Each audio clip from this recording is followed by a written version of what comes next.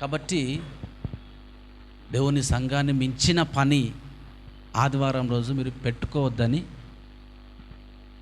ప్రేమతో నేను హెచ్చరిస్తున్నాను. హల్లెలూయా, హల్లెలూయా, గ్లోరీ టు గాడ్. కష్టమైనటువంటి పరిస్థితులు ఉండొచ్చు, లేవలేని పరిస్థితులు ఉండొచ్చు. అప్పుడు ఎవరు దానికి అడ్డు చెప్పరు. ఎందుకంటే నలుగురు మోసుకొని వచ్చే పరిస్థితి ఏముండదు కదా. అట్లా కూడా రావాలి, కానీ మీ మీ మీ ఒప్పుదలకి నేను విడిచిపెడుతున్నాను. అట్లా కూడా రావచ్చు, అట్లా కూడా రావాలి దేవుని సన్నిధి. ఎందుకంటే మోసుకొని వచ్చినా కానీ దేవుని సన్నిధిలో బాగుపడి తిరిగి వెళ్ళే పరిస్థితులు కూడా ఉండొచ్చు. కానీ దేవుని సన్నిధిలో గడపడం అనేది మనం ఎంతకాలం బ్రతుకుతామో అంతకాలం మనకు తప్పదు, మనకు అవసరం. అది ఉచితం, దేవుడిచ్చాడు. ఇది దేవుని సమయం. గాలి పీల్చుకుంటున్నామా? ముగ్గు దగ్గర చేతి పెట్టుకొని చూడండి. గాలి పీల్చుకుంటున్నామా? పీల్చుకుంటున్నాం కదా. అది ఎవరు సంపాదించారు? మమ్మీ, డాడీ వాళ్ళు ఇచ్చారా? దేవుడు ఇచ్చాడు. మరి దేవుడు ఇచ్చిన దాన్ని ఆదివారం ఇంకా కాలం మారిపోయింది కాబట్టి 10 నుంచి 12 గంటల వరకే ఆరాధన జరిగించుకుంటున్నాము. నాకు అనిపిస్తుంటుంది 2 గంటలేనా, 2 గంటలా అని. కానీ ఈరోజు మనం ఎన్ని గంటలకు వచ్చామో? 10:11 కదండి. మరి 2 గంటలు కూడా గడపలేకపోతున్నాం మనం. నా చిన్నప్పుడు నాకు బాగా గుర్తు, 9 గంటలకి వేరే ఊరు నుంచి చర్చికి వస్తే రాత్రి 12, 2 అయిన దగ్గర చర్చిలోనే. దేవుని సన్నిధిని, దేవుని మందిరాన్ని మనం ఎంతగా ప్రేమిస్తే, జ్ఞాపకం పెట్టుకోండి, దేవుని మందిరాన్ని మనం ఎంత ప్రేమిస్తే అంతగా మనం దీవించబడతాం. దేవుడు కంపల్సరీ లెక్క చూసుకుంటాడు. నా బిడ్డ ఎంత ఆశతో సంఘానికి వస్తుంది, నాకంటే ఎక్కువగా ఏం చేస్తుంది,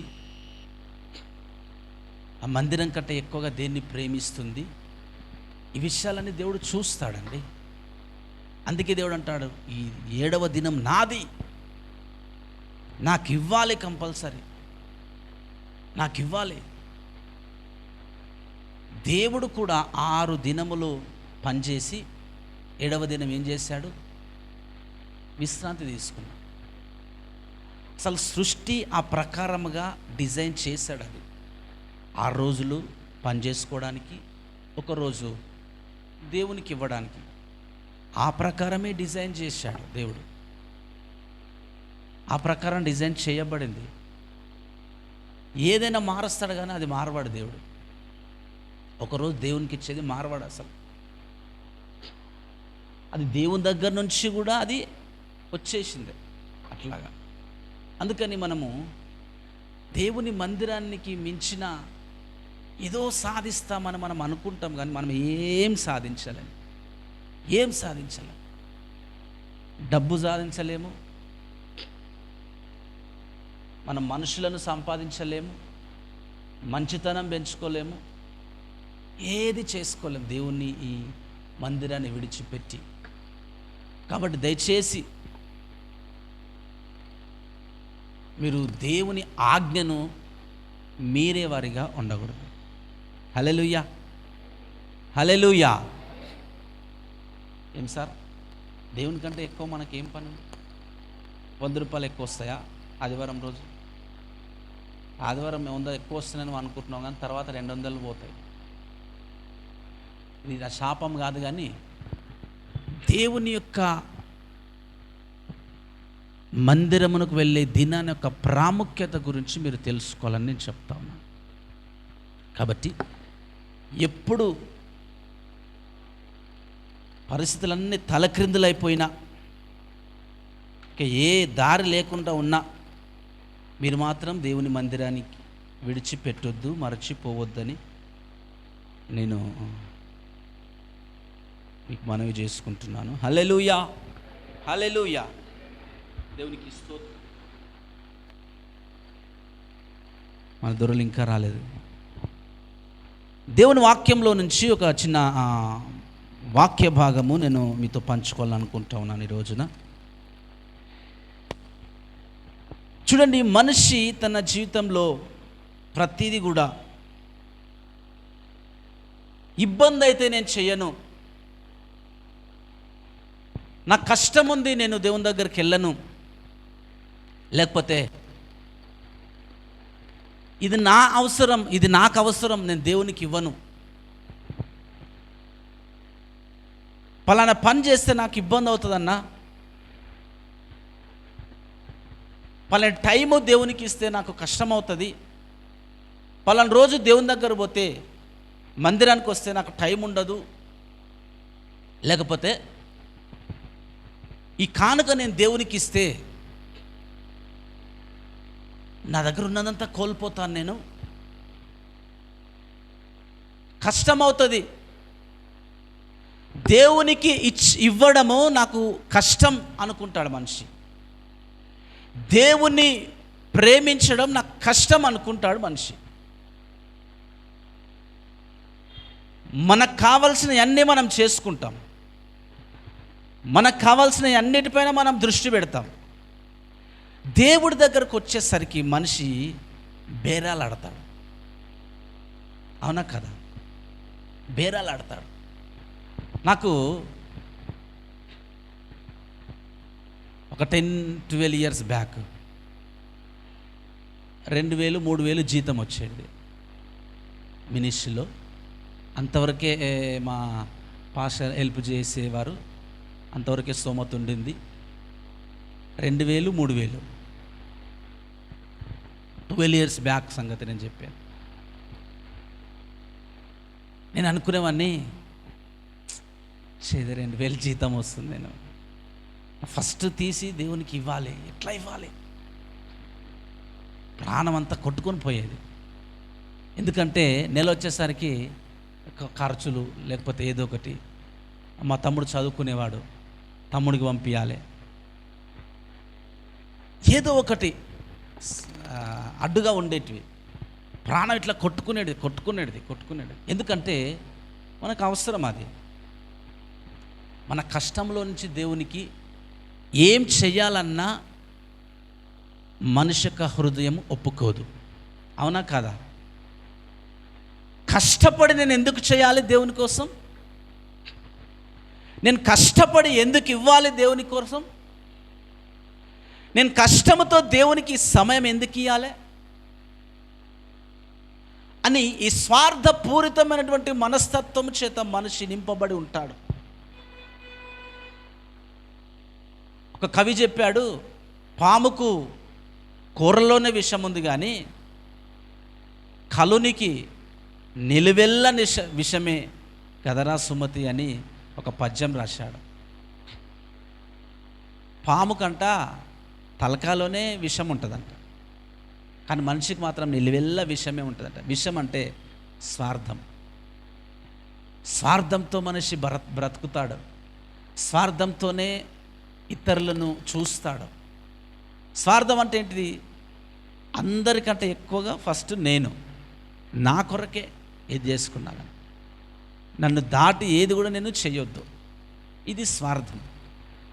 ప్రతి మనిషిలో ఏదో ఒక స్వార్థం, ఏదో ఒకటి ఉంటుంది. కానీ దేవుడు తన మనిషితో వ్యవహారానికి వచ్చేసరికి దేవుడు మనిషిని ఆ స్వార్థంలో నుంచి విరిచివేయాలని చూస్తాడు. స్వార్థాన్ని విరిచివేసి ఆ మనిషిని దీవించాలని చూస్తాడు దేవుడు. మనలో ఉన్నటువంటి స్వార్థాన్ని తొలగించి, దాన్ని దాటించి దేవుని దగ్గరగా చేసుకొని ఆ మనిషిని దీవిస్తాడు దేవుడు. హల్లెలూయా. బైబిల్లో అనేక మంది ఎవరిని చూసినా స్వార్థాన్ని విరిచివేయకుండా వారి హృదయంలో దేవునిపైన కంప్లీట్గా ప్రేమ పుట్టించకుండా ఎవరిని దీవించలే దేవుడు. ఎవరిని దీవించలేదు. దేవుడు ఒక మనిషిని దీవించాలంటే ఆ మనిషి స్వార్థం లేకుండా దేవుని ప్రేమించేవాడై ఉండాలి. దేవుడు ఒక మనిషితో వాగ్దానము చేసి ఆ మనిషి లైఫ్ని పూర్తిగా మార్చాలంటే ఆ మనిషి కంప్లీట్గా దేవుని ప్రేమించాలి. ఇంక ఏ అర్హతలు దేవుడు కోరుకోడు. నీవు ఎంత ఎత్తున్నావు, నువ్వు ఎంత అందంగా ఉన్నావు, నీకు ఎన్ని ఆస్తుపాస్తులు ఉన్నాయి, ఇవేమి దేవుడు కోరుకోడు. కానీ ఆ మనిషి తన స్వార్థమును దాటి దేవుని ప్రేమించగలుగుతున్నాడా అని దేవుడు చూస్తాడు. హల్లెలూయా. బైబిల్లో ఒక మాట రాయబడింది,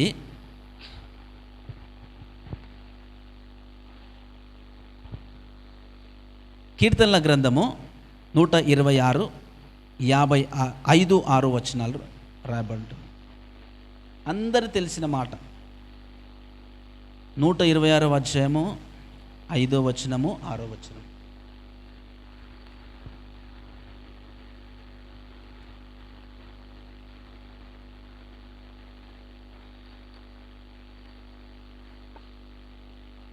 దొరికిందా?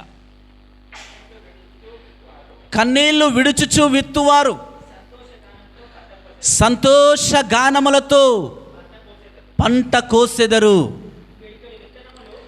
పిడికెడు విత్తనములు చేత పట్టుకొని ఏడ్చుచూ పోయి విత్తువాడు సంతోష గానము చేయుచు పనలు పనలు పనలు మోసుకొని వస్తాడంట. ఇది దేవుని యొక్క స్టాండర్డ్. హల్లెలూయా, హల్లెలూయా. ఇక దావీదు మహారాజు తన యొక్క యాత్రను గురించి అన్నీ ఒకసారి రిమైండ్ చేసుకుంటూ, నా జీవితాన్ని ఎట్లా ఉన్న జీవితాన్ని దేవుడు ఎట్లా మార్చాడు, ఏ స్థితిలో పడిపోయిన వ్యక్తిని దేవుడు ఏ స్థితిలోనికి చక్రవర్తిగా నన్ను హెచ్చించాడు, నా వెనకాల ఉన్న శత్రు సమూహాన్ని దేవుడు మొత్తము తొలగించి నాకు ఒక శాంతికరమైన జీవితాన్ని ఇచ్చాడు, గతి లేని స్థితిలో నుంచి కూడా నన్ను హెచ్చించి గొప్ప చేసి రాజుగా నియమించాడు, లాస్ట్లో ఉన్నవాడిని కూడా తీసుకొచ్చి నెంబర్ 1 వ్యక్తిగా దేవుడు నన్ను చేశాడు. ఇవన్నీ కూడా జ్ఞాపకం చేసుకుంటూ తన యొక్క యాత్రను గురించిన కీర్తన అని రాయబడుతుంది. ఆ చోట పైన రాసిందా, యాత్రను గురించిన కీర్తన, యాత్ర కీర్తన. అవన్నీ కూడా మననం చేసుకుంటున్నాడు, జ్ఞాపకం చేసుకుంటూ ఉన్నాడు. చేసుకుంటూ అంటున్నాడు, కన్నీళ్ళు విడుచుచు విత్తువాడు సంతోషగానములతో పంట కోయును.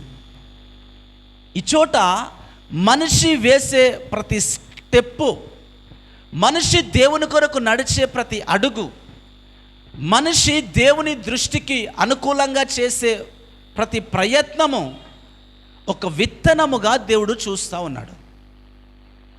ఒక విత్తనము మనిషి విత్తుతున్నాడంటే దేవునికి అనుకూలమైన పని చేస్తున్నాడని అర్థం, దేవుని చిత్తానికి లోబడుతున్నాడని అర్థం, దేవుని కొరకు ఏదో ఒకటి చేయాలని ఆశతో ఉంటున్నాడని అర్థం.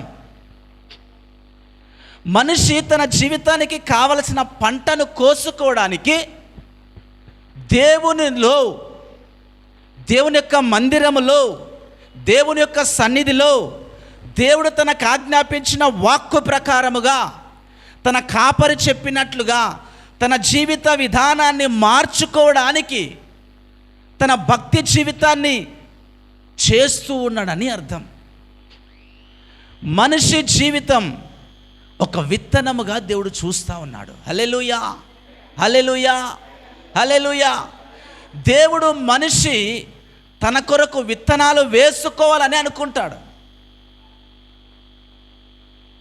దేవుని కొరకు మనిషి ఆలోచిస్తాడు, కానీ దేవుని కొరకు ఏదో ఒకటి విత్తాలని మనిషి ఎక్కువగా అనుకోడు. అందుకే మనిషి ఆ పంటను కోయలేకపోతూ ఉన్నాడు. మనిషి జీవితంలో ఒక అద్భుతము, ఒక ఆనందము, ఒక ఆశీర్వాదము, ఒక దీవెన తను విత్తే విత్తనము పైన ఆధారపడి ఉంటుంది.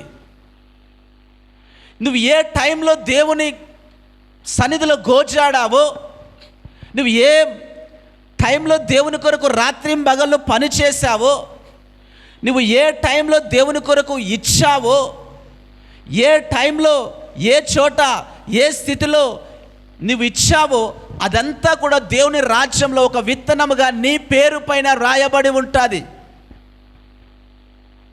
దేవుని రాజ్యంలో, దేవుని సన్నిధిలో, దేవుని కొరకు నువ్వు చేసే ప్రతి పని ఒక విత్తనముగా జ్ఞాపకార్థ గ్రంథంలో రాయబడి ఉంటుంది. అందుకని దేవుని వాక్యము రాయబడుతుంది, మనిషి ఏది విత్తుతాడో అదే పంట కోస్తాడు. మనిషి ఆశపడతాడు, నేను విత్తకున్నా కానీ నేను కొయ్యాలి అని. మనిషి ఆశపడతాడు, నేను దేవునికి ఇవ్వకున్నా కానీ నేను పొందుకోవాలి అని. అది డబ్బైనా సరే, అది సమయమైనా సరే, అది చేతుల కష్టార్జితమైనా సరే, అది నీవు దేవుని కొరకు పడే ప్రయాస అయినా సరే, నువ్వు చేసే ప్రార్థన అయినా సరే, విజ్ఞాపన అయినా సరే, మనుషుల పట్ల నువ్వు చూపించే ప్రేమ అయినా సరే, ఎప్పుడైతే నువ్వు దేవుని పేరట నువ్వు చేస్తావో అది నీ జీవితంలో ఒక విత్తనముగా ఉంటుంది. హల్లెలూయా, హల్లెలూయా. విత్తనము వేసిన వాడు దేని కొరకు ఎదురు చూస్తాడు చెప్పండి? పంట కోసం ఎదురు చూస్తాడు. విత్తనము వేసిన వాడికి తెలుసు, ఎందుకంటే ఆ విత్తనము విత్తిన తర్వాత కంపల్సరీ ఒక రోజున ఏమొస్తుంది? పంట చేతికి వస్తుంది. విత్తనము విత్తిన తర్వాత దాని మీద వర్షము కురిపించేవాడు దేవుడే, దాన్ని ఎదిగింపచేయేవాడు దేవుడే, దాన్ని ఫలింపచేయేవాడు దేవుడే, నీ చేతికి పంట తీసుకుని వచ్చేవాడు కూడా దేవుడే. హల్లెలూయా. నువ్వు పిడికెడు విత్తనాలు తీసుకొని పోయేదాని గురించి దేవుడు మాట్లాడుతున్నాడు. అయితే విత్తనాలు అందరూ వేయగలుగుతారు. ఒక వ్యక్తి తనకున్న సమృద్ధిలో నుంచి విత్తనాలు వేస్తాడు, ఒక వ్యక్తి తనకున్న దాంట్లో నుంచి విత్తనం వేస్తాడు, ఇంకొక వ్యక్తి తను వేయలేని స్థితిలో నుంచి కూడా విత్తనం వేయగలుగుతాడు, ఇంకొక వ్యక్తి కష్టము, శ్రమ, కన్నీళ్ళు, తన జీవితంలో ఏ ఆధారం లేదు, ఎవరు హెల్ప్ చేసేవారు లేరు, ఎవరు తనను పట్టి లేవనెత్తేవారు లేరు, ఎవరు తనకు సపోర్ట్ చేసేవాళ్ళు లేరు, కన్నీళ్ళతో ఉన్నాడు తన జీవితంలో. కానీ ఆ కన్నీళ్ళలో నుంచి ఒక విత్తనము వేయగలిగి ఒక వ్యక్తి దేవుని కొరకుంటాడు. హల్లెలూయా, హల్లెలూయా, హల్లెలూయా. కన్నీళ్ళతో ఏ పని చేసినా, కన్నీళ్ళు అంటే ఏంది? చేయలేని స్థితిలో కూడా, దేవునికి ఇవ్వలేని స్థితిలో కూడా, దేవుని కొరకు మందిరానికి రాలేని స్థితిలో కూడా, మనుషులను ప్రేమించలేని స్థితిలో కూడా ప్రేమించడం, దేవుని కొరకు ఒక పని చేయలేని స్థితిలో కూడా పని చేయడం, దేవుని కొరకు సమయం ఇవ్వలేని స్థితిలో కూడా సమయం ఇవ్వడం. నీకు కన్నీరే ఉంది నిజమే, నీకు కష్టమే ఉంది నిజమే, నీకు నీకు నీకు వీలు కాని పరిస్థితులే ఉన్నాయి నిజమే. కానీ ఆ కన్నీటిలో నుంచి దేవుడు ఒక వ్యక్తి దగ్గర నుంచి ఒక విత్తనాన్ని కోరతాడు. హల్లెలూయా, హల్లెలూయా. మనిషి యొక్క కష్టములో నుంచి దేవుని వైపుగా ఎవరైతే చూడగలుగుతారో, మనిషి తనకున్న సంఖ్యలలో నుంచి, తనకున్న దుఃఖములో నుంచి, శ్రమలో నుంచి ఎవరైతే దేవుని వైపుగా చూడగలుగుతారో ఆ వ్యక్తి జీవితంలో పనలైనటువంటి ఆశీర్వాదాన్ని దేవుడిస్తాడు. హల్లెలూయా, హల్లెలూయా. మనిషి తన కంఫర్ట్ జోన్ నుంచి బయటికి రాలేక, దేవుని కొరకు విత్తలేక, సమయం ఇవ్వలేక, దేవునికి డబ్బు ఇవ్వలేక, దేవునికి తన కన్నీళ్లు విడిచి ప్రార్థన చేయలేక, మనుషుల పట్ల ప్రేమ చూపించలేక, తన కష్టములో ఒక బ్రేక్ త్రూను చూడలేకపోతా ఉన్నాడు.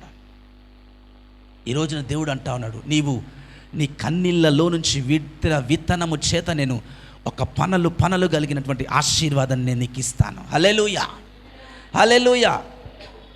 అందరిలోకెల్లా ఆ కన్నీరు ఆ విత్తనాన్ని ఆపివేస్తూ ఉంది ఈ రోజులా.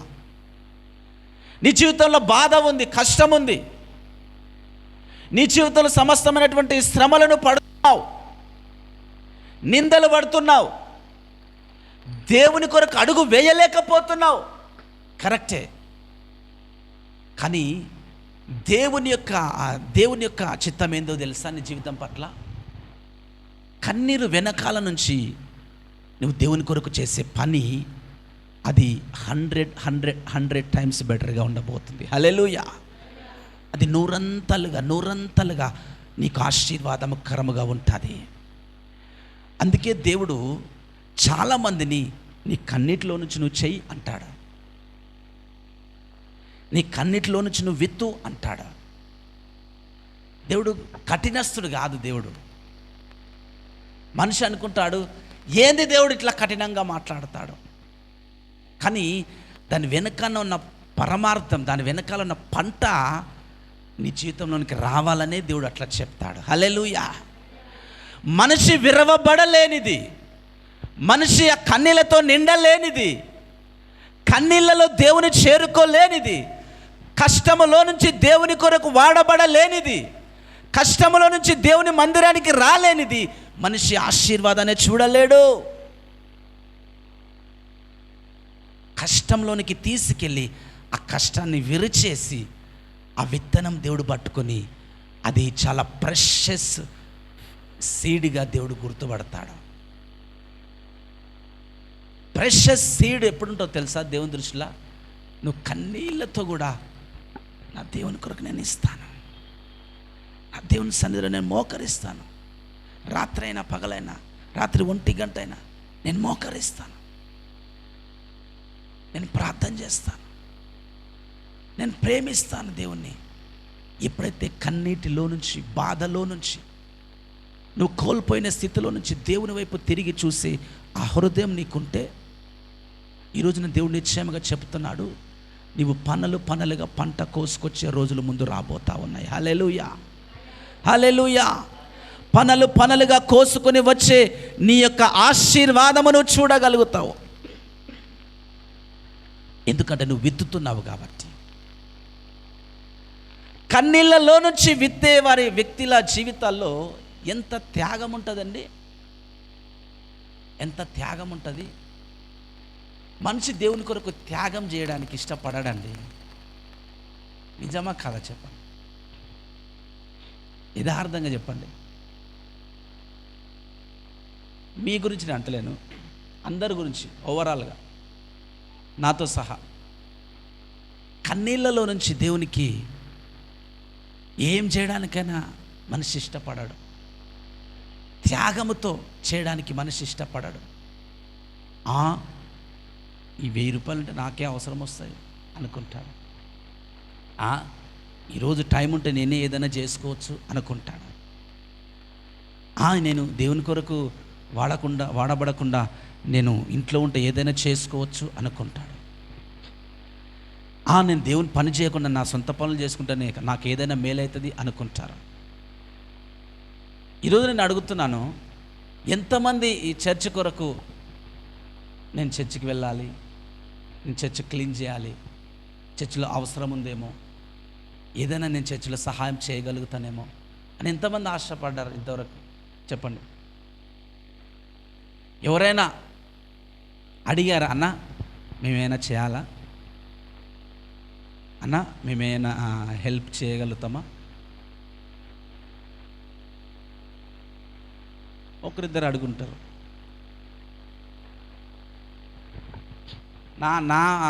నా స్వభావం ఏంటంటే నేను ఎవ్వరికి చెప్పను. అది నేను చేసిన తప్పు కూడా అనుకుంటున్నాను. ఎందుకంటే నా సొంత పనులు చెప్తే అది అది అది వేరుగా ఉంటుంది. దేవుని సేవకుడికి అది కూడా చెప్పొచ్చు, కానీ అది అవసరంలే. కానీ దేవుని మందిరాన్ని గురించి, దేవుని సేవ గురించి ఖచ్చితంగా చెప్పాలి. నేను ఈ విషయంలో నాది కూడా మిస్టేక్ ఉంది, నేను కూడా ఒప్పుకుంటాను. కానీ మీరు సొంతంగా ఎందుకు అడగలేదు? మీరు సొంతంగా దేవుని కొరకు ఎందుకు ఆలోచన చేయలేదు? నీ సొంతంగా దేవుని కొరకు ఎందుకు ఒకరోజు వచ్చి చర్చిలో ప్రార్థన చేయలేదు, చర్చిలో పని చేయలేదు? ఏదైనా మీటింగ్ అని ఏదైనా ఉంటే ఒకరిద్దరు అవైలబుల్ ఉంటారు, నేను చెప్తున్నాను వాళ్ళకి. మిగతా వాళ్ళు ఎందుకు రాలేకపోతున్నారు? మిగతా వాళ్ళు ఎందుకు హెల్ప్ చేయలేకపోతున్నారు? దేవుని కొరకు త్యాగముతో ఆలోచన చేసేవారు దేవునికి కావాలి. హల్లెలూయా. ఏదైనా సరే నేను దేవుని కొరకు చేస్తాను. ఏముంది నా దగ్గర? చేతులున్నాయి, పని చేస్తాను. ఇంత డబ్బు ఉంది, దేవునికి మందిరానికి ఇస్తాను. నా దగ్గర సమయం ఉంది, నేను ప్రార్థన చేస్తాను. నా దగ్గర మాట ఉంది, నేను నలుగురికి చెప్తాను, దేవుని కొరకు పనిచేస్తాను. ఎవరైతే త్యాగపూరితమైన హృదయంతో ఉంటారో వారి జీవితంలో ఒక గొప్ప ఆశీర్వాదాన్ని దేవుడు పంపిస్తాడు. హల్లెలూయా, హల్లెలూయా. కన్నీళ్ళు ఒక త్యాగానికి గుర్తు. చూడండి, మనిషి నలిగిపోయి కరిగిపోయి కృంగి కృషించిపోయిన స్థితిలో నుంచి దేవునికి మొర్రపెట్టేవారు ఉంటే ఆ వ్యక్తుల జీవితంలో దేవుడు ఖచ్చితంగా తొందరగా కార్యం చేస్తాడు. చాలా కార్యాలు కన్నీటి ప్రార్థనలో తొందరగా జరుగుతాయి. కన్నీటి ప్రార్థన లేకుండా కార్యాలు త్వరగా జరగవు, లేటుగా జరుగుతూ ఉంటాయి. ఎందుకన్నా దేవుడు ఏడుస్తేనే దేవుడు వింటాడంటే, కన్నీటిలో నీ త్యాగం ఉంటుంది, నీ హృదయ వేదన ఉంటుంది. అప్పుడు నువ్వు దేవునికి దగ్గరగా కనెక్ట్ అవుతావు. ఆ కన్నీటిలో నుంచి నువ్వు విత్తుతావు కదా, ఆ ప్రార్థన అది తొందరగా ఫలిస్తుంది. పిడికెడు విత్తినా కానీ ఆ పిడికెడు వేల కొలదిగా దేవుడు చేస్తాడు. హల్లెలూయా. పిడికెడు కొంత టైమే, కొంత డబ్బే, కొన్ని టాలెంట్సే, కానీ దేవుడు బహుగా వాటిని దీవించి అనేక మందికి ఆశీర్వాదంగా దేవుడు ఇలా పెడతాడు. హల్లెలూయా, హల్లెలూయా. దేవుడు త్యాగముతో దేవుని కొరకు పనిచేసే వారి కొరకు ఎదురు చూస్తూ ఉన్నాడు. నాకేం మేలు వస్తుందా, నాకేం లాభం వస్తుందా, నాకేమి ఒరుగుతుందా అనేవారి కంటే కూడా నేనేం చేయగలుగుతున్నా, నాకున్న దాంట్లో, నాకు వచ్చిన దాంట్లో నేనేం దేవుని కొరకు చేయగలుగుతానా అనే వారి కొరకు దేవుడు ఎదురు చూసే దేవుడు ఆయన. చూడండి, 2వ కొరింథీయుల రాసిన పత్రికలో 9వ అధ్యాయము 6వ వచనంలో ఒక మాట రాయబడింది. 2 Corinthians chapter 9 verse 6.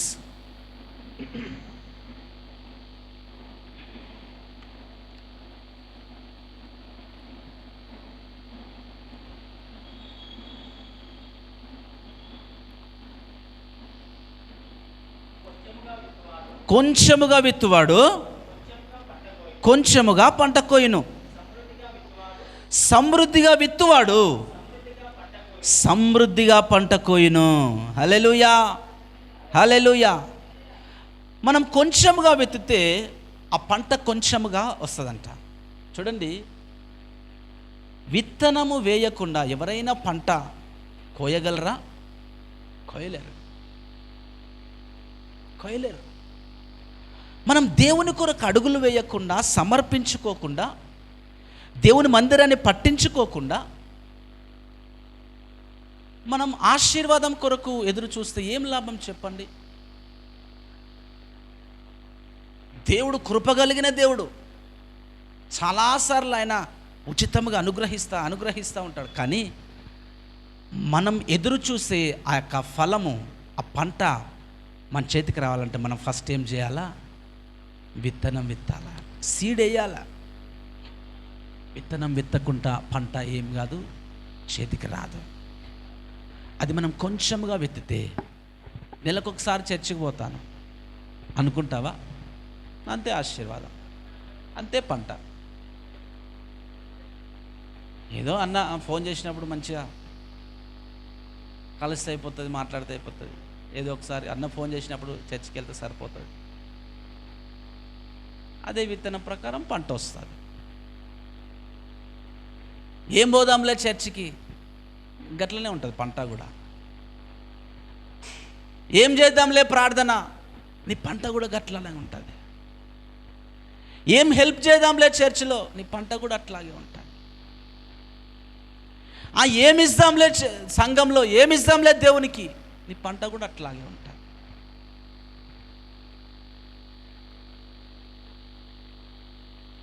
దేవునికి కొంచెం విత్తితే పంట కొంచెమే కోస్తావు.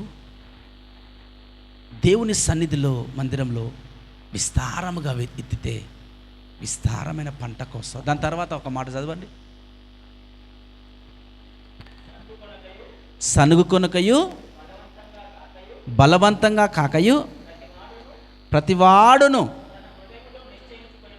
తన హృదయంలో నిశ్చయించుకున్న ప్రకారము ఇయ్యవలెను. దేవుడు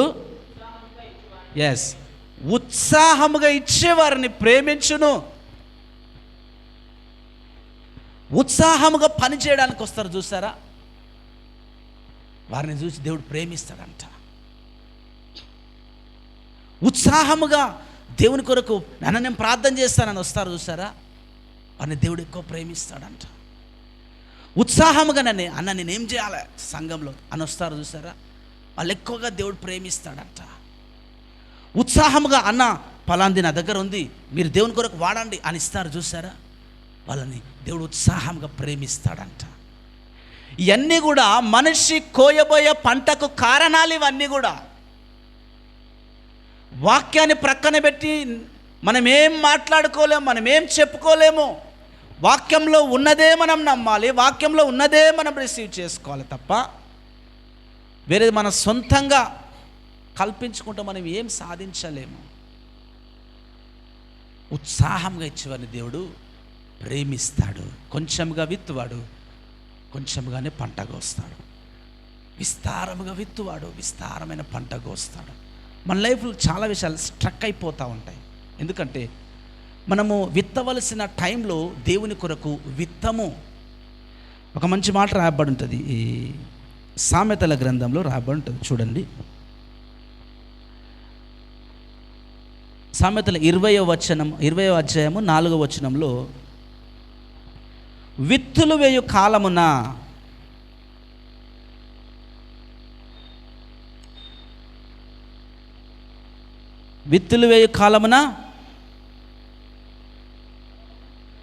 సోమరి ఏం చేయడు, దున్నడు. సోమరిపోతు అంటే మనకు మైండ్లోకి ఫస్ట్ వచ్చేది ఏంది, బాగా నిద్రపోయేవాళ్ళు కదండి. అసలైన సోమరిపోతులు ఎవరో తెలుసా? దేవుని కొరకు ఎప్పుడు విత్తనం వేయాలో, దేవుని కొరకు ఎప్పుడు పని చేయాలో, దేవుని కొరకు ఎప్పుడు కష్టపడాలో, దేవుని కొరకు ఎప్పుడు ప్రయాసపడాలో, దేవునికి ఎప్పుడు తమ్మును తాము సమర్పించుకోవాలో అప్పుడు సమర్పించుకోకుండా దున్నుడు లేదు, గిన్నుడు లేదు, విత్తనం వేసేది లేదు, వస్తాదిలే పంట అనుకొని అట్లాగే ఉంటారంట. వారి జీవితంలో పంట వస్తుందా? రాదు. నీ టైంలో నువ్వు విత్తాలి, విత్తనం వేయాలి. విత్తనం వేయకుండా దర్జా కూర్చొని ఉంటే ఆ పంట కోసే కాలం నీ చుట్టూ ఉన్న వాళ్ళంతా పంట కోస్తూ ఉంటారు. నువ్వు అనుకుంటావు, దేవుడు మనుషుడు, వాళ్ళకేమో ఆశీర్వాదం ఇచ్చాడు, నాకేమో ఇవ్వలేదు అంటావు. వాళ్ళని దీవించాడు దేవుడు, నాకు దీవించాలి అంటావు. విత్తులు వేయు కాలమున సోమరు ఏం చేస్తాడు, విత్తనం వేయకుండా ఉంటాడంట. అది చాలా డేంజర్ మన లైఫ్కి. నేను ఇప్పుడు కొన్నిసార్లు బాధపడుతుంటాను మినిస్ట్రీ విషయంలో. సరైన టైంలో నేను మరి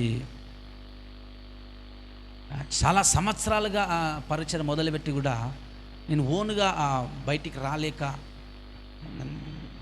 సరైన విత్తనాలు వేయలేదా ఏంది ప్రభు అని బాధపడుతూ ఉంటాను. నా చదువు గిదువు అంతా పక్కన పెట్టేసి, ఫ్యామిలీని పక్కన పెట్టేసి నేను దేవుని సేవలోకి వచ్చాను. కానీ స్ట్రక్ అయిపోయాను చాలా కాలం.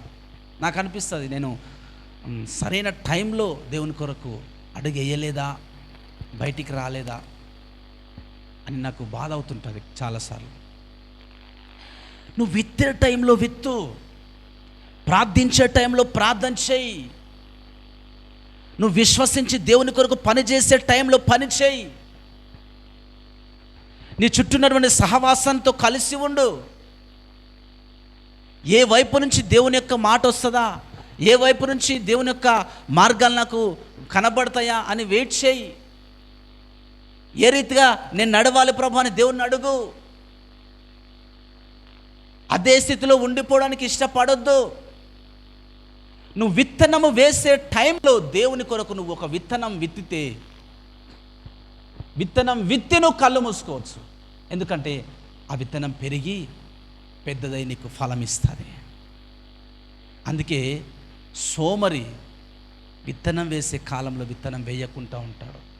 మనం దేవునికి ఇచ్చే టైంలో, దేవునికి సమయమైనా, దేవునికి ఇచ్చే మన కష్టమైనా, మన ప్రయాసైనా, మన ఏదైనా దేవునికి ఇచ్చే టైంలో మనం ఇవ్వకపోతే పంట కోసే టైంలో మనం ఏడుస్తాం. అబ్రహాం జీవితం తెలుసు కదా ప్రతి ఒక్కరికి. ఆదికాండము 22వ అధ్యాయంలో అబ్రహాము గురించిన స్టోరీ ఉంటుంది. అబ్రహాం అండ్ ఇస్సాకు.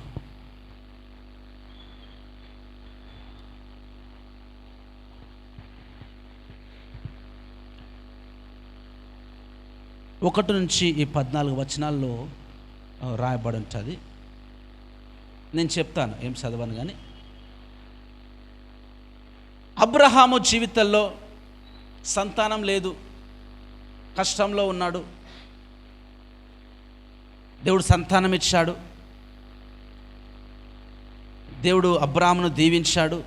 90 ఏళ్ళ వయసులో, 100 ఏళ్ళ వయసులో సంతానం పొందుకున్నాడు. ఒక కుమారుని దేవుడు ఇచ్చాడు. ఆ కుమారుని ఇచ్చిన తర్వాత దేవుడు అబ్రహామును టెస్ట్ చేశాడు. ఆ చోట రాయబడి ఉంటుంది, అబ్రహామును దేవుడు పరిశోధించను అని రాయబడి ఉంటుంది.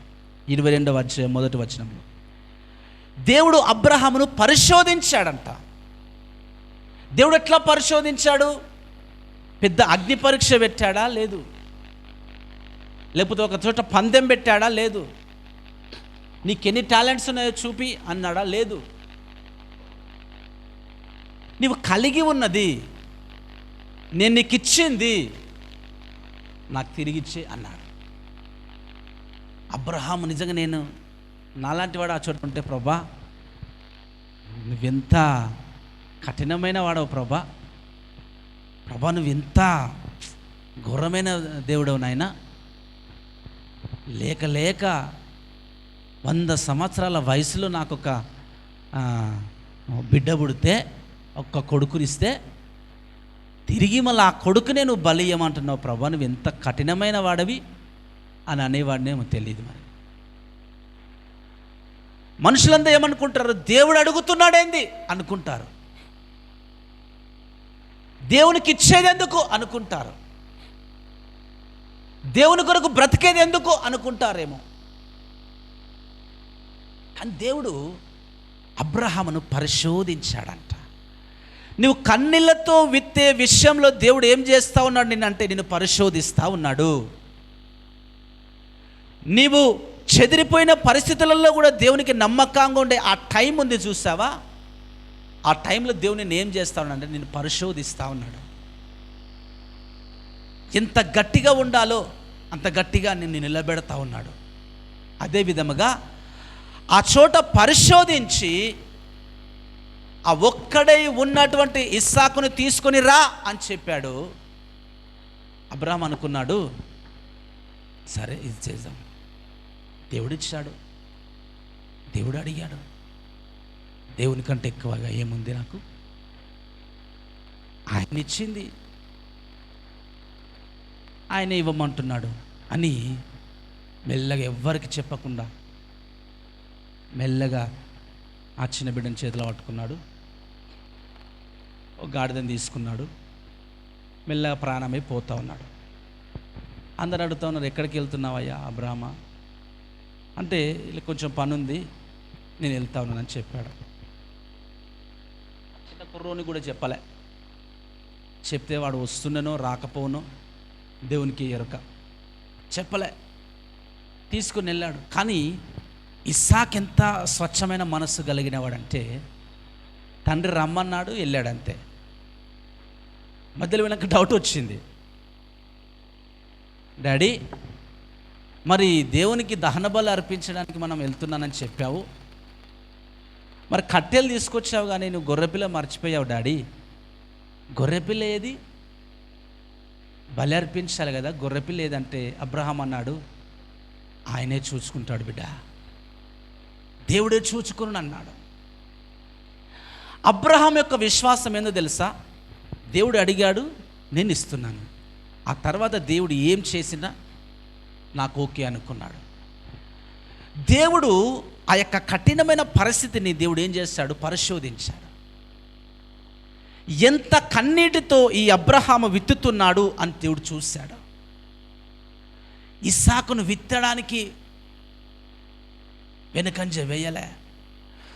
ఆ ఇస్సాకు వెనుకంజ వేయకుండా విత్తడానికి వెళ్ళాడు. దేవుడు మొత్తం పరిశోధించి విత్తడా, నాకు ఇస్తాడా ఇవ్వడా అని పరిశోధించి కత్తి పైకి లేపేసరికి దేవుడు అన్నాడు, అబ్రామా. తొందరపడి దేవుడు పిలిచాడు. ఎందుకంటే లేట్ చేసి అబ్రహాము నరికేస్తాడు. అంత డెడికేషన్తో ఉన్నాడు, అంత సమర్పణతో ఉన్నాడు అబ్రహాం. ఏదేమైనా నా దేవునికి ఇచ్చేయాలి నేను. అబ్రామా ఆగు అన్నాడు. ఆగాడు. నీవు ఒక్కడే ఉన్న నీ కుమారుని నాకు తీయక, నాకు ఇవ్వడానికి వెనుక తీయలేదు కాబట్టి నీ కుమారునికి బదులు ఒక గొర్రె పిల్ల ఇస్తానని తీసుకో. అప్పుడు దేవుడు నిర్ణయం తీసుకున్నాడు. ఒక్క విత్తనం కన్నీటితో అబ్రహాము తీసుకొని వచ్చి దేవుని కొరకు విత్తిన ఆ ఒక్క ఇస్సాకు అనే విత్తనాన్ని ఆకాశ నక్షత్రముల వలె దేవుడు పంటను కోసేటట్లుగా చేశాడు. హల్లెలూయా. ఆ పంట ఎట్లా వచ్చిందయ్యా అబ్రహాము కంటే? అబ్రహాము విత్తిన ఆ ఒక్క విత్తనము అనేకమైనటువంటి పంటగా పనులు అబ్రహాము కోసుకొని వచ్చేటట్లుగా దేవుడు చేశాడు. మన దేవుడు ఎవరో తెలుసా? మన సమర్పణను బట్టి ఆయన మరచిపోకుండా మనకు ప్రతిఫలం ఇచ్చే దేవుడు. నిజంగా చెప్తున్నాను, దేవుడు ఒక చిన్న కార్యం నువ్వు చేస్తే కూడా ఆయన వదిలిపెట్టాడు. నాకు చిన్న వయసు నుంచి కూడా నాకు బాగా నేను ఎమోషనల్ అయిపోతా దేవుని ప్రేమను చూస్తే. ఏ చిన్నది కూడా మనం దేవుని కొరకు చేస్తే దేవుడు వదిలిపెట్టాడు, మన జీవితాన్ని విడిచిపెట్టాడు అస్సలు. ఆయన ఒక మనిషిలాగా మర్చిపోయే దేవుడు కాదు. ఆయన మనం ఈజీగా తీసుకుంటాం కానీ ఆయన ఈజీగా తీసుకోలేడు. ఆయన మనస్తత్వానికి అది విరోధం, ఈజీగా తీసుకోలేడు. అందుకే దేవుడు జ్ఞాపకార్థ గ్రంథంలో రాస్తాడు, నా బిడ్డ ఏం చేసింది, నా బిడ్డ ఏమిచ్చింది, నూరంతలుగా ఆ పంట ఇయ్యనిది దేవుడు ఉండడు. ఒక చిన్న బాబు ఏదైనా చిన్న చాక్లెట్ ఇస్తే మనకు ఊకోబుద్ధి అవుతుందా? అరే నాకు చాక్లెట్ ఇచ్చాడు, నేను ఏదో ఒకటి చెయ్యాలి ఈ అబ్బాయికి, నేను ఏదో ఒకటి ఇవ్వాలి ఈ అబ్బాయికి, నేను ఏదో ఒకటి చెయ్యాలి అని ఆశ ఉంటుందా? ఉండదా? ఉంటుంది. మట్టి మనుషులం మనకే అట్లాగుంటే మరి దేవాది దేవునికి, సర్వశక్తిమంతుడు, ప్రేమామయుడు, ఆయన హృదయం ఎంత మంచిగా ఉంటుంది. ఒక వ్యక్తి విత్తిన విత్తనానికి ప్రతిఫలం ఇయ్యకుండా నా దేవుడు ఎప్పుడు ఆగిపోడండి. అబ్రహాము విత్తినటువంటి ఆ విత్తనానికి 100 రెట్లు 1000 రెట్లుగా దేవుడు ఆ ప్రతిఫలాన్ని ఇచ్చాడు. లాస్ట్ మాట నేను చెప్పి ముగిస్తాను. లూకా సువార్త 21:1-4 వరకు.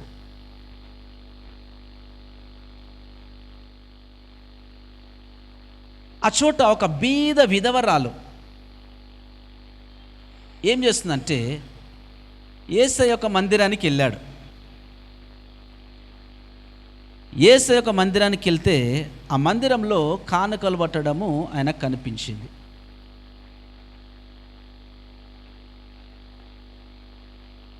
కానుకలు పట్టడం ఆయనకు కనిపించింది.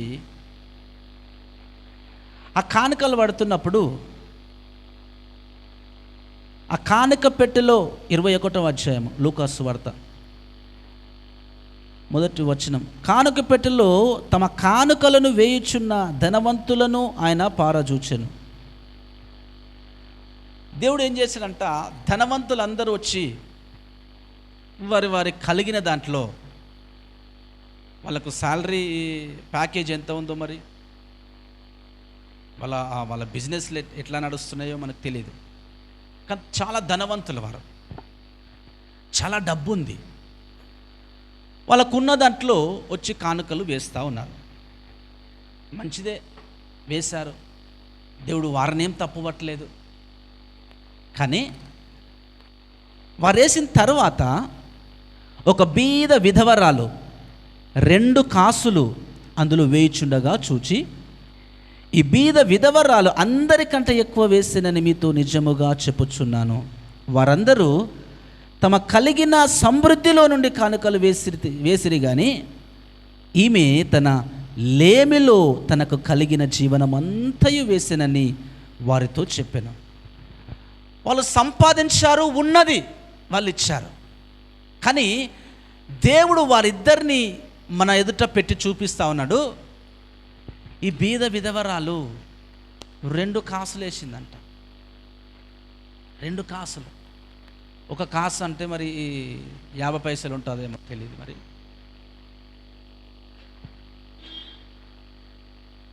ఆ ధనవంతులు 1,00,000 రూపాయలు వేశారా, 1000 రూపాయలు వేశారా, 100 రూపాయలు వేశారా మనకు తెలీదు. వాళ్ళకు కలిగిన కొద్ది వేశారని రాయబడి ఉంది. అయితే వారిని చూశాడు దేవుడు, తిరిగి ఈ యొక్క బీద విధవరాలను చూశాడు.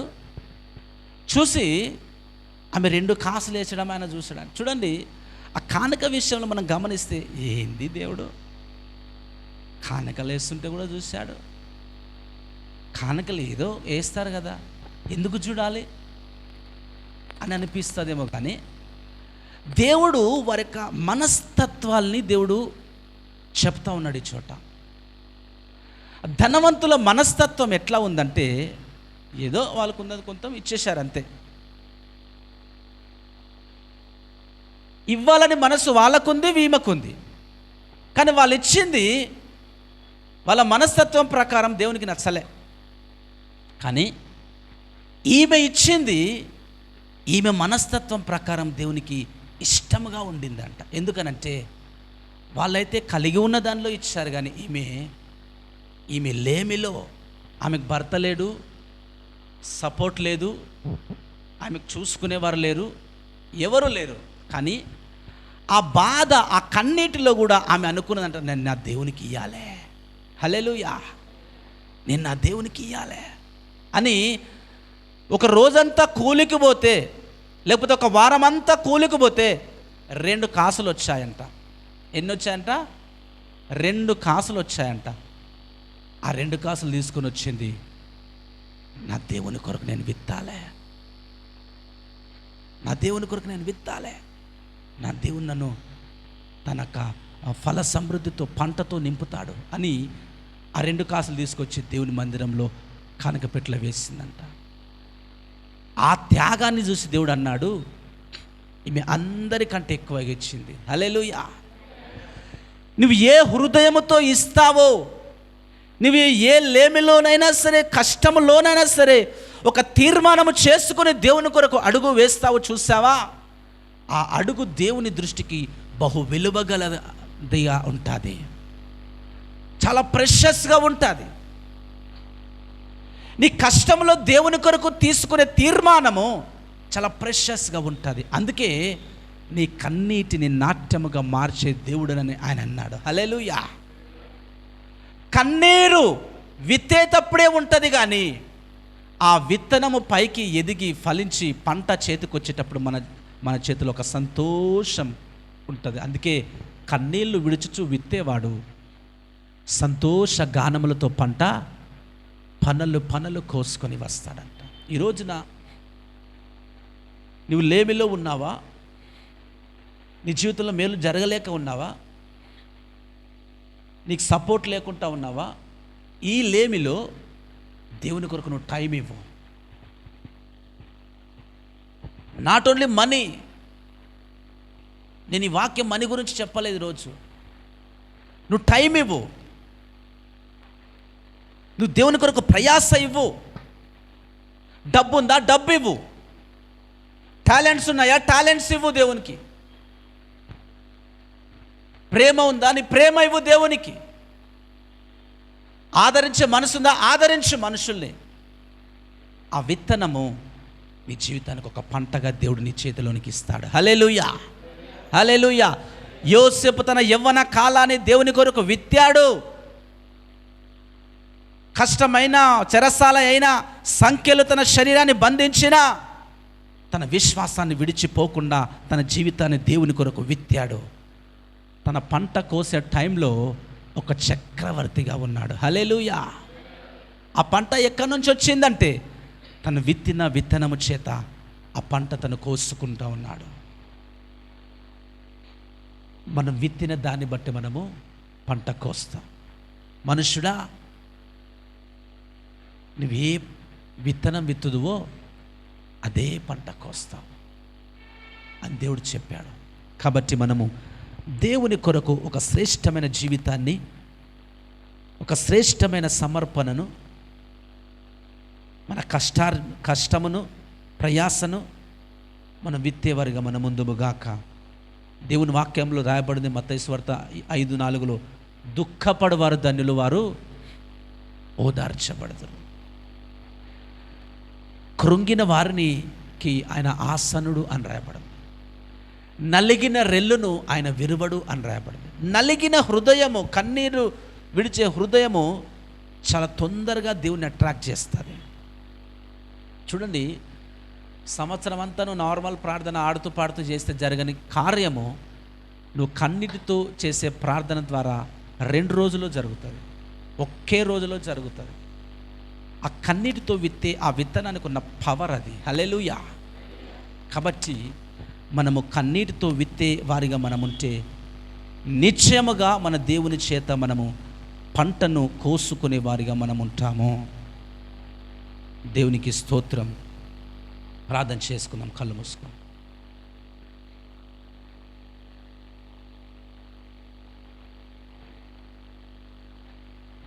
ప్రసంగి అంటాడు, ఉదయమున విత్తుము,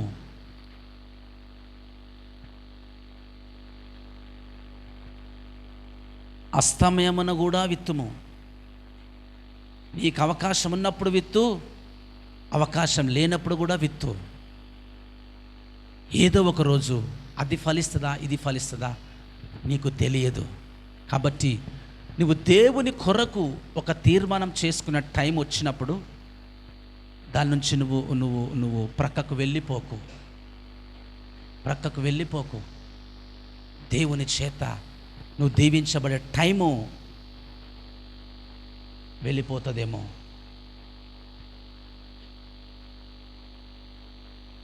కన్నీటితో విత్తిన అబ్రహాము ఇస్సాకుకు బదులుగా ఆకాశ నక్షత్రముల పంటను కోశాడు. కన్నీటితో విత్తిన బీద విధవరాలు అందరికంటే ఘనముగా దేవుని చేత ఎంచబడింది. కన్నీటితో విత్తిన యోసేపు తన యవ్వన కాల జీవితాన్ని దేవుడు ఫలభరితముగా పంటగా మార్చి ఐగుప్తు చక్రవర్తిగా మార్చాడు, ప్రధానమంత్రిని చేశాడు. ఎందుకో తెలుసా? ఆ విత్తనాన్ని దేవుడు ఎప్పుడు కూడా మరచిపోలే. నువ్వు చేసిన కన్నీటి ప్రార్థన దేవుడు ఎప్పుడు కూడా మరచిపోడు. నువ్వు దేవుని దాటేసి పోతే నువ్వు పంట కొయ్యలేవు. కానీ ఏ రోజున దేవునితో మాట్లాడ ఆ రోజునే మోకరించి ప్రార్థన చేసి ఆ విషయాలను ఒక తీర్మానం చేసుకొని నీ ప్రయాసలో కూడా ప్రార్థన చేసి నీ ఒక తీర్మానంతో జీవిస్తే ఆ పంట కొయ్యకుండా నువ్వు ఉండవు. పంట తప్పక నువ్వు కోస్తావు, పంట తప్పక కోస్తావు. నువ్వు కన్నీటి విత్తనాల్లో ఉన్న ఆశీర్వాదము పనలుగా ఆశీర్వాదము కోసుకొని వచ్చే ఆశీర్వాదం అది. ప్రభు బలం మనం తీసుకోబోతూ ఉన్నాము. ఒక మంచి చక్కని తీర్మానముతో దేవుని కొరకు ఒక మాట చెప్పుదాం. హల్లెలూయా హల్లెలూయా హల్లెలూయా. ప్రభువుల కొరకు ప్రార్థన చేస్తున్నాను.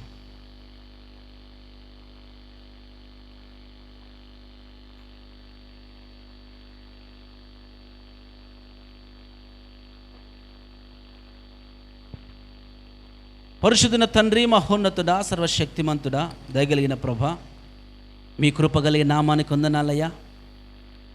ఈ రొట్టెను ప్రభు మీ శరీరముగా, ఈ ద్రాక్షరసంని మీ రక్తముగా మార్చండి. ఈ రోజున ఒక తీర్మానముతో తండ్రి మీ యొక్క శరీరం మీ రక్తంలో పాలు పంచుకొనొచ్చున్నాము.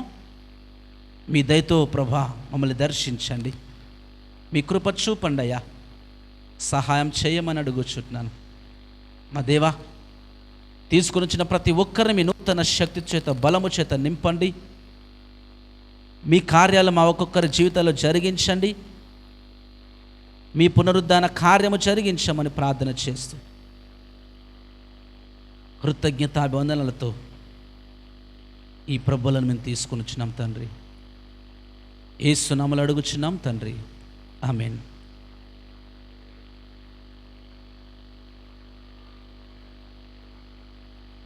భాసిల్లేను శిలువలు పాపక్షమా, యేసు ప్రభు నీ దివ్యక్షమా.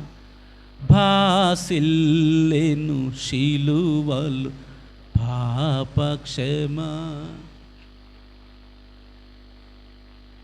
పాపము చేసినది నేనే కదా, మోసములు బ్రతికిన నేనే కదా, పాపము చేసినది నేనే కదా, మోసములు. బాప్తిసం తీసుకున్న వాళ్ళు మీరు ప్రభువులో పాలు పొందుకోవచ్చును. దేవుని సన్నిధిలో ఒక తీర్మానం చేసుకొని మీ మాట దేవునికి చెప్పి సమర్పణతో, ఇది దేవుడు నా కొరకై ఇచ్చిన శరీరం అని గమనించి గుర్తుపట్టి, ప్రభా నువ్వు నా కొరకు నలగొట్టబడ్డావు, నా కొరకు చిదగొట్టబడ్డావు, నా పాపం నా దోషము తొలగించావు తండ్రి, నీ మరణానికి సాదృశ్యముగా నీవు నాకు ఇచ్చావు, నేను నీ బిడ్డనని మరొకసారి నేను జ్ఞాపకం చేసుకుంటున్నాను తండ్రి. నీ రాకడ వరకు నేను నీకు సాక్షిగా ఉంటాను ప్రభా అని తీర్మానం చేసి నీ చేతిలో ఉన్నటువంటి దేవుని శరీరాన్ని తీసుకోవచ్చును.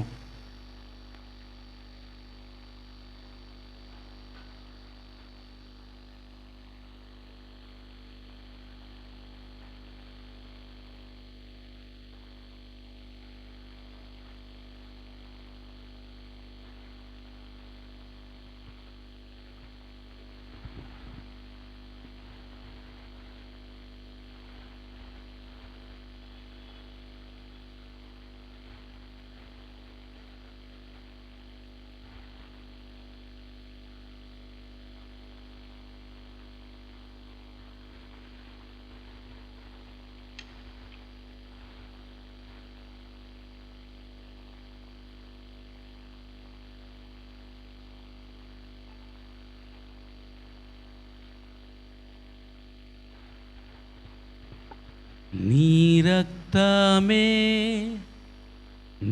రక్తమే నన్ను శుద్ధీకరించున్, నీ రక్తమే నా ప్రాణము,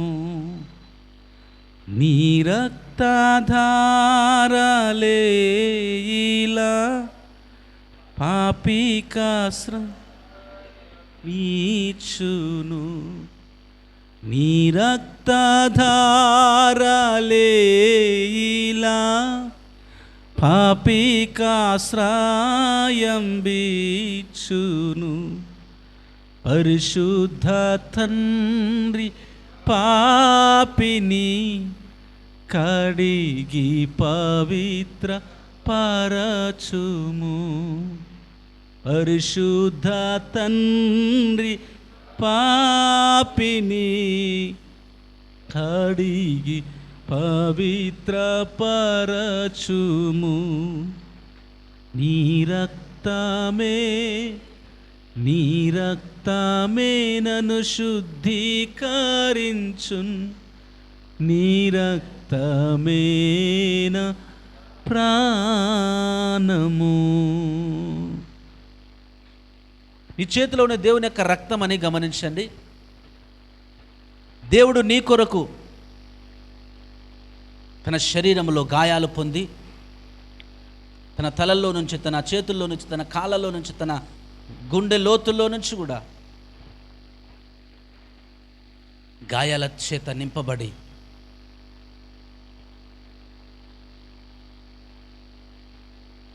కార్చిన రక్తం అని గమనించి, ప్రభువా నన్ను క్షమించండి, నాకు బదులుగా నువ్వు కొట్టబడ్డావు, నరక యాతన అనుభవించావు తండ్రి, నన్ను క్షమించండి. ఇది నీకు సాక్షిగా ఉండడానికి నేను ఒప్పుకుంటున్నాను తండ్రి. నీ రక్తం నేను తీసుకుని వచ్చినానని క్షమాపణతో, ఒప్పుదలతో, కృతజ్ఞతతో ఈ రక్తాన్ని తీసుకోవచ్చు.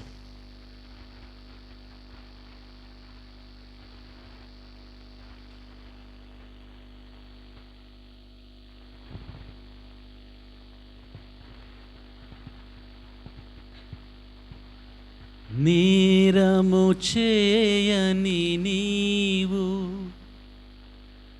ఈ ఘోర పాపి కొరకు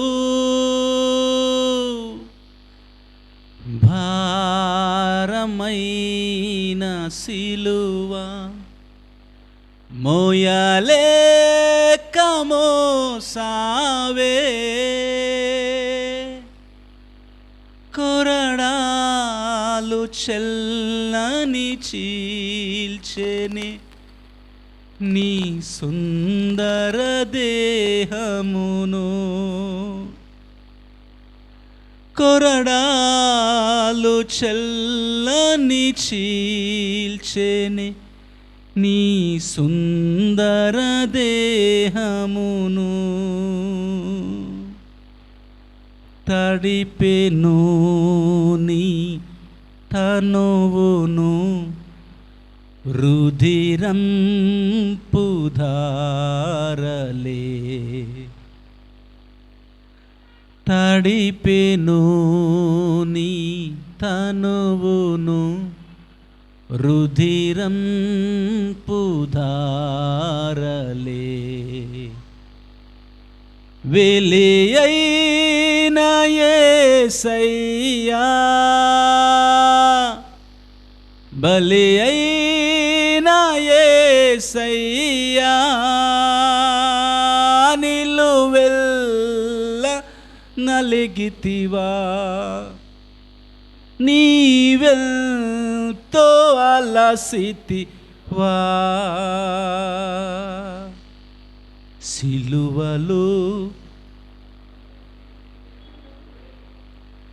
అఘోర కల్వరిలో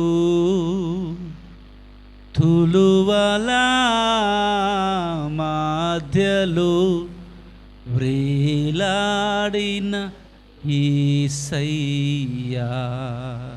ప్రార్థన. శిలువలో మా కొరకు వేలాడిన మా యేసయ్యా, చావు మీ ఎదురుగా ఉన్న మమ్మల్ని క్షమించారు. మరణముతో పోరాడుతూ కూడా ప్రభా, అయ్యో వీరికి ఏమీ తెలియదు, వీరిని క్షమించమని వేడుకున్నారు. మీరు కార్చిన రక్తము ద్వారా, మీరు తిన్న దెబ్బల ద్వారా, పెట్టిన ప్రాణమును బట్టి మేము సజీవులమయ్యాము, మేము రక్షణలోనికి వచ్చాము. ఈ కృప, ఈ భాగ్యము బట్టి వందనాలయ్యా. కృతజ్ఞతాభివందనాలు చెల్లిస్తున్నాను. మరొకసారి మేము మీకు వారసులమని, మీ బిడలమని, మీ నూతన నిబంధనకు చెందిన వారమని జ్ఞాపకం చేసుకుంటూ, మీ రక్తమును బట్టి, మీ శరీరమును బట్టి కృతజ్ఞతాభివందనాలు చెల్లిస్తూ, మీ రాకడ వరకు మీ మరణాన్ని ప్రచురించే బిడలుగా మమ్మల్ని దర్శించి దీవించి ఆశీర్వదించమని యేసు నామములో ప్రార్థన అడుగుచున్నాను తండ్రి. Amen. Amen. Praise the lord. Praise the lord. Hallelujah.